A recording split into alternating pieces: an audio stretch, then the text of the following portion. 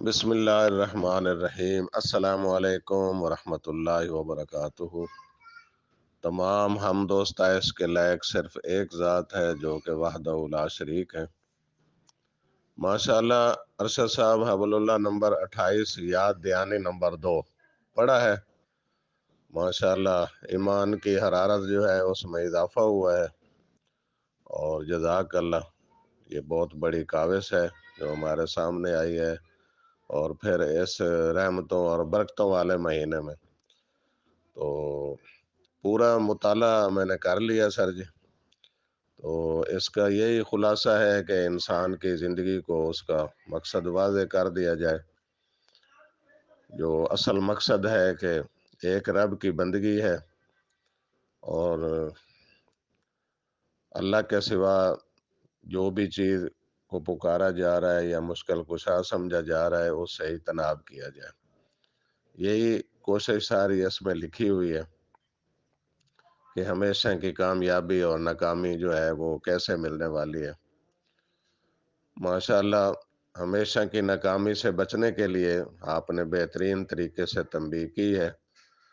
اصل میں یہ وہی یاد دہانی ہے جو ہمارے رب نے وقتاً فوقتاً اپنے انبیاء کے ذریعے لوگوں کو کرائی ہے، اور آج کے ظلمت کے دور میں بہترین یہ کوشش ہے کہ جس انداز سے کی جائے، قلم سے کی جائے، زبان سے کی جائے، فزیکلی جسم سے کی جائے، اور ہم آپ کی آواز کے ساتھ یہ آواز ملا رہے ہیں، کاش کہ لوگوں کے دل میں یہ دعوت اتر جائے، کیونکہ تمام انبیاء کی دعوت کا محور بھی تو یہی رہا ہے سر جی کہ زمین پہ بسنے والا کوئی انسان کا غلام نہ رہے، اور کوئی سر اللہ وحدہ لا شریک کے سوا کسی کے سامنے نہ جھکے۔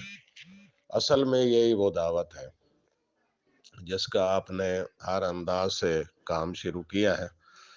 تو موجودہ دور کے تمام جو شرک کی اقسام ہیں اس کی نشاندہی بھی آپ نے کی ہے اس شمارے میں، اور اس کی ہولناکی بھی آپ نے بیان کی ہے۔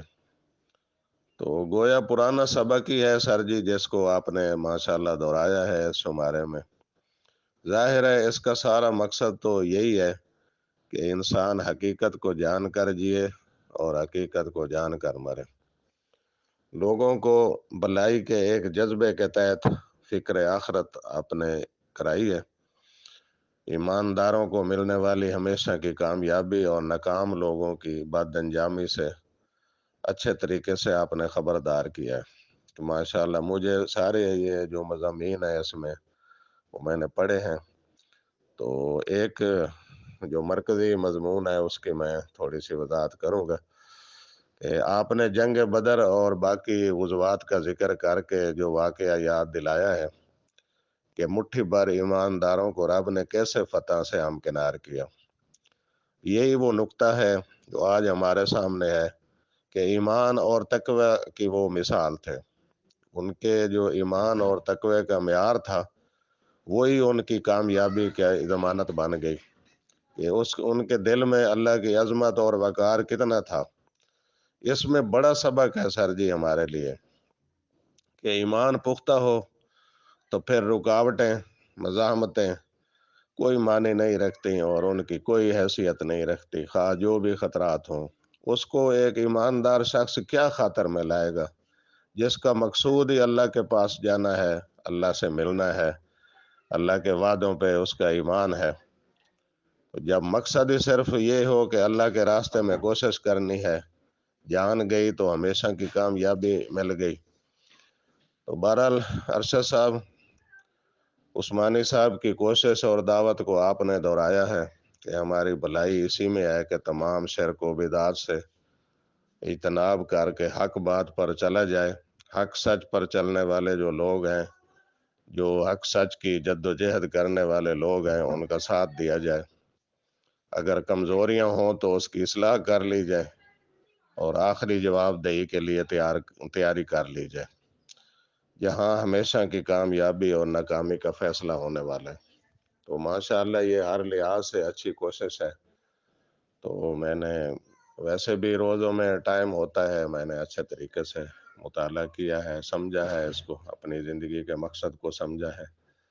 تو باقی جناب محترم ارشد صاحب، بات دل میں بیٹھ گئی تو کامیابی، ورنہ دعوت کو جن وجوہات کی وجہ سے پہلے نقصان ہوئے ہیں ان سے بچنے کی تنبیہ بھی ضروری ہے کہ ہمارے سامنے جو ہم نے دیکھا ہے 1992 سے لے کے آج تک کہ دین کی آڑ میں ذاتی دنیاوی مقاصد آ گئے، جیسے لوگوں نے مسجد کے نام پہ پلاٹ خریدے اور آج ان پر ان کے ذاتی گھر بنے ہوئے نظر آ رہے ہیں۔ تو اس طرح کے اور واقعات اور معاملات ہوتے رہے تو پھر یہ ساری کوششیں کیسے رنگ جہاں بدلیں گی؟ تو اللہ رحم کرے ہمارے اندر وہ خرابیاں اور وہ دنیاوی معاملات نہ آئے، اور یہ خالص دعوت جو ہے یہ انشاءاللہ پھر رنگ جہاں بدلے گی۔ وہی طرز عمل ہو جو صحابہ اکرام والا تھا، وہی ایمان کی حرارت ہو جو ان میں موجود تھی، تو پھر انشاءاللہ یہ ساری کوششیں رنگ لائیں گی۔ ورنہ جس جس کی خلوص نیت کے ساتھ کوشش ہے سر جی، اس کو تو اللہ تعالیٰ اس کی ضرور جزا دے گا۔ تو باقی جزاک اللہ، آپ نے بہت فکر مندی دلائی ہے جی۔ یہ حبل اللہ یا اس طرح کی باقی کوششیں جو اللہ کے دین کی سر بلندی کے لیے ہو رہی ہیں، اللہ ان میں برکت ڈالے، اور جتنی جتنی جس کی جستجو اور کوشش ہے اللہ اسے قبول فرمائے۔ تو مجھے تو خوشی ہوئی ہے، یہ یاد دہانی ہوتی رہے سر جی، اور اللہ کی جو رسی ہے اس کو ہم سب مضبوطی سے پکڑ کے اس کو تھام کے آگے چلیں، اور جو چند سانسیں یا چند لمحے باقی رہ گئے ہیں اس میں ہم اپنے رب کو راضی کر لیں اور اپنے آپ کو اس برے انجام سے بچا لیں۔ تو یہی سارا مقصد ہے آپ کی دعوت کا۔ تو باقی آپ کا جو شروع کا زمانہ ہے جب آپ نے دعوت قبول کی ہمارے پروفیشنل محکمے میں، تو جو مزاحمتیں اور رکاوٹیں ہوئی ہیں ہمارے ساتھ بھی یہی ہوئی ہیں۔ ہم بھی پی ایم اے کا کول میں تھے تو علیحدہ نماز پڑھتے تھے، بڑے بڑے مسائل آئے ہمارے جیسے آپ کے سامنے آئے، تو یہ بھی ایک سنت ہی ہے سر جی جو پوری ہو کے رہنی ہے کہ حق کے سامنے تو مزاحمت آئے گی، کیونکہ ہمارے دشمن جو ہے شیطان، اس کو قیامت تک مہلت دی گئی ہے، تو اس نے یہ چیلنج بھی کیا ہوا ہے، اس نے بھی ہر طرح سے رکاوٹ تو ڈالنی ہے کہ اللہ کا کلمہ بلند نہ ہو اور اللہ کے ساتھ اس کی مخلوق کو شریک بنایا جائے اور انسانوں کو گمراہ کیا جائے۔ اس نے بھی ایک چیلنج دیا ہوا ہے اور مہلت بھی ملی ہوئی ہے اس خبیث کو۔ تو اسی چیلنج اور اسے جو اس کا دعویٰ ہے یا اعلان ہے اسی کی وجہ سے یہ انسانیت آج ساری یہ گمراہی میں پڑی ہوئی ہے، اور مختلف انداز سے جو ہے وہ شرک اور بدعت میں لت پت ہے یہ انسانیت۔ تو اللہ تعالیٰ رحم کرے جی۔ تو باقی مجھے تو خوشی ہے جی اس طرح کی دعوت جو ہے۔ باقی حج عمرہ والے وہ مسائل بھی میں نے پڑھے ہیں سر جی، جزاک اللہ، اللہ تعالیٰ اس کوشش کو قبول کرے۔ السلام علیکم ورحمۃ اللہ۔